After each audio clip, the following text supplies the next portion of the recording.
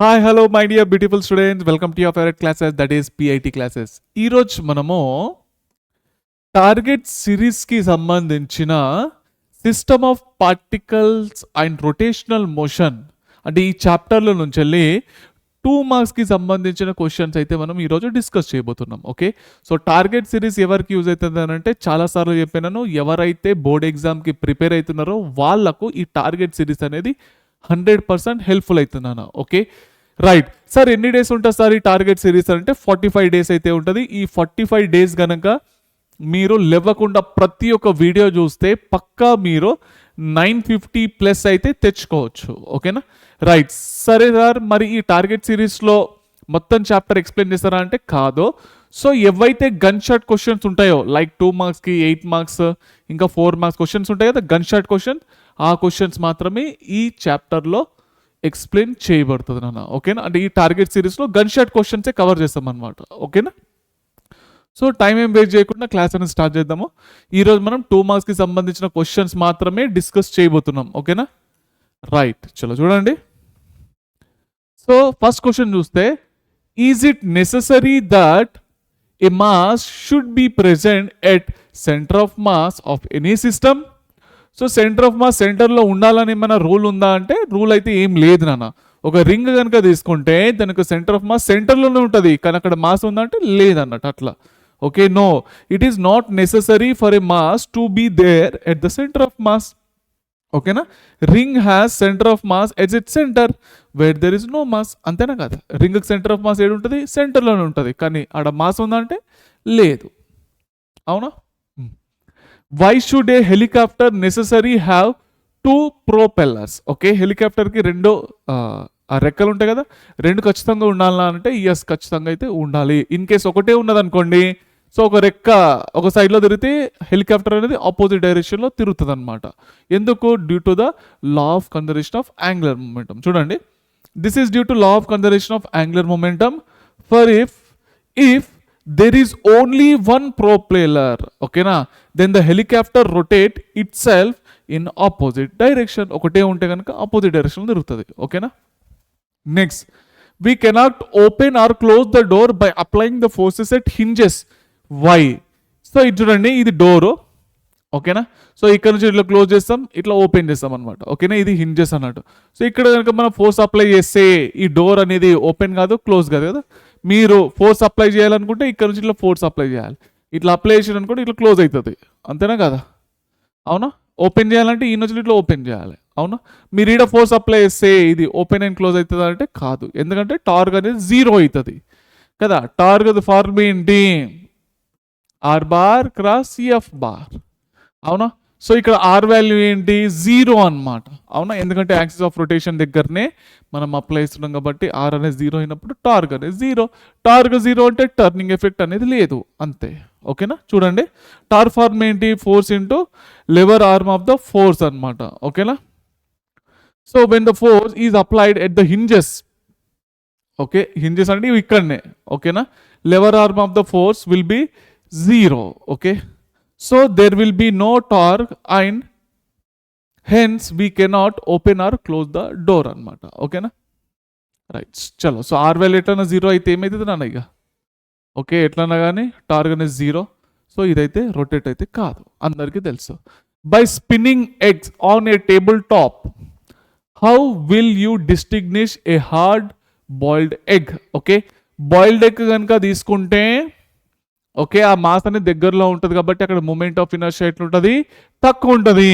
ఓకేనా, so boiled egg కాకుండా వేరే ఎగ్, రా ఎగ్ కనుక తీసుకున్నాం అనుకోండి, అది ఎట్లుంటుంది? ఆ లిక్విడ్ స్టేట్లో ఉంటుంది కాబట్టి మనం ఎప్పుడైతే తిప్పుతామో ఆ లిక్విడ్ అనేది సెంట్రిఫికల్ ఫోర్సెస్ వల్ల దూరం అయితే వెళ్ళిపోతుంది. ఎప్పుడైతే దూరం వెళ్ళిపోతుందో అప్పుడు మూమెంట్ ఆఫ్ ఇనర్షియా ఎక్కువ అయిపోతుంది. మూమెంట్ ఆఫ్ ఇనర్షియా ఎక్కువ కావడంతో యాంగులర్ వెలాసిటీ అనేది తక్కువ అయిపోతుంది.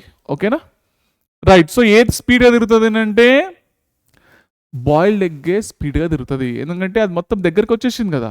మూమెంట్ ఆఫ్ ఇనర్షియా తక్కువ ఉంటుంది, అంటే law of conservation of angular momentum నాన్న ఇది. ఓకేనా, ఇదైతే కాన్స్టెంట్ ఉంటుంది. Moment of inertia is inversely proportional to angular velocity. ఓకేనా, బాయిల్డ్ ఎగ్కి మూమెంట్ ఆఫ్ ఇనర్షియా తక్కువ ఉంటుంది, యాంగులర్ వెలాసిటీ ఎక్కువ ఉంటుంది, అది స్పీడ్గా తిరుగుతుంది అన్నట్టు అంతే. Okay, a boiled egg is nearly a rigid body, ఓకేనా, and has low moment of inertia. Moment of inertia తక్కువ ఉండడం వల్ల అది ఎక్కువ యాంగులర్ వెలాసిటీతో తిరుగుతుంది అనమాట. ఓకేనా, hence for the same torque, okay, boiled egg spins faster. ఓకేనా, క్లియరేనా? Why are spokes provided in a bicycle wheel? ఓకేనా, ఇవన్నీ లైన్లు ఉన్నాయి చూడండి, అవే స్పోక్స్ అని చెప్పేసి అని అంటాం. ఎందుకు చూడండి, the spokes of a cycle wheel increases its moment of inertia. Just ఒక చిన్న లైన్ రాస్తే సరిపోతుంది, 2 మార్కులు అయితే వచ్చేస్తాయి నాన్న. మూమెంట్ ఆఫ్ ఇనర్షియా పెరగడానికి కోసము మనం ఈ విధంగా అయితే చేస్తాం అనమాట. ఓకే, మరీ లెంతీగా కూడా ఎక్స్ప్లెయిన్ చేయొచ్చు, కానీ అంత ఏం అవసరం లేదు ఈ 2 మార్కుల క్వశ్చన్లకు. ఓకే, ఎవరైతే జేఈకి, నీట్కి, ఎంసెట్కి ప్రిపేర్ అవుతున్నారో ఇవన్నీ క్వశ్చన్ వాళ్ళు చూసే అవసరం కూడా లేదు, డైరెక్ట్ రాసుకోవచ్చు. ఓకేనా, ఎందుకంటే ఇప్పుడు సార్ ఇప్పటివరకు నేను బుక్ ఓపెన్ చేయలేను సార్, ఉన్న ఈ 2 నెలల్లో మంచి చదువుకుంటే నాకు మంచి మార్కులు వస్తాయా సార్ అంటే వస్తాయి, కానీ ఏంటంటే కొన్ని పాయింట్స్ అయితే బై హార్ట్ అయితే చేయాలన్నట్టు అట్లా. ఓకేనా, right. Next, the greater the moment of inertia the greater is in the opposition of any change in uniform rotational motion. ఓకేనా, right. So moment of inertia ఎక్కువ ఉండడం వల్ల ఏమవుతుంది, అది రొటేషన్ అనేది ఈజీగా స్మూత్గా వెళ్ళిపోతుంది అనమాట. అందుకోసం ఆ స్పోక్స్ అనేది పెడతాం అనమాట. ఓకేనా, as the result the cycle run smoother and steadier in running mode. వెళ్ళేటప్పుడు స్మూత్గా పోతుంది అన్నట్టు అది ఉండడం వల్ల. Next, 2 rigid bodies have same moment of inertia about their axis of symmetricity of the two, which body will have greater kinetic energy? ఒక 2 బాడీస్కి moment of inertia same, kinetic energy ఎట్లా ఉంటుంది కనుక్కోండి అంటున్నాడు. మనకు తెలుసు కెనెటిక్ ఎనర్జీ ఫార్ములా ఏంటి, ½ I⍵². ఓకేనా, ఐ అంటే మూమెంట్ ఆఫ్ ఇనర్షియా. ఓకేనా, ఈ రెండింటికి కూడా మూమెంట్ ఆఫ్ ఇనర్షియా కాన్స్టెంట్ అంట. అయితే kinetic energy directly proportional to squares of it's angular velocity వచ్చింది, అంతేనా? అవునా కదా? సో దేనికైతే ఇది చూడండి, ఓకే, సో దేనికైతే కెనెటిక్ ఎనర్జీ ఎక్కువ ఉంటుందో దానికి యాంగులర్ వెలాసిటీ ఎక్కువ ఉంటుంది, దేనికైతే కెనెటిక్ ఎనర్జీ తక్కువ ఉంటుందో దానికి యాంగులర్ వెలాసిటీ తక్కువ ఉంటుంది, అంతే. ఇగో చూడండి, so the same moment of inertia, for the same moment of inertia kinetic energy is directly proportional to ω², అంతేనా?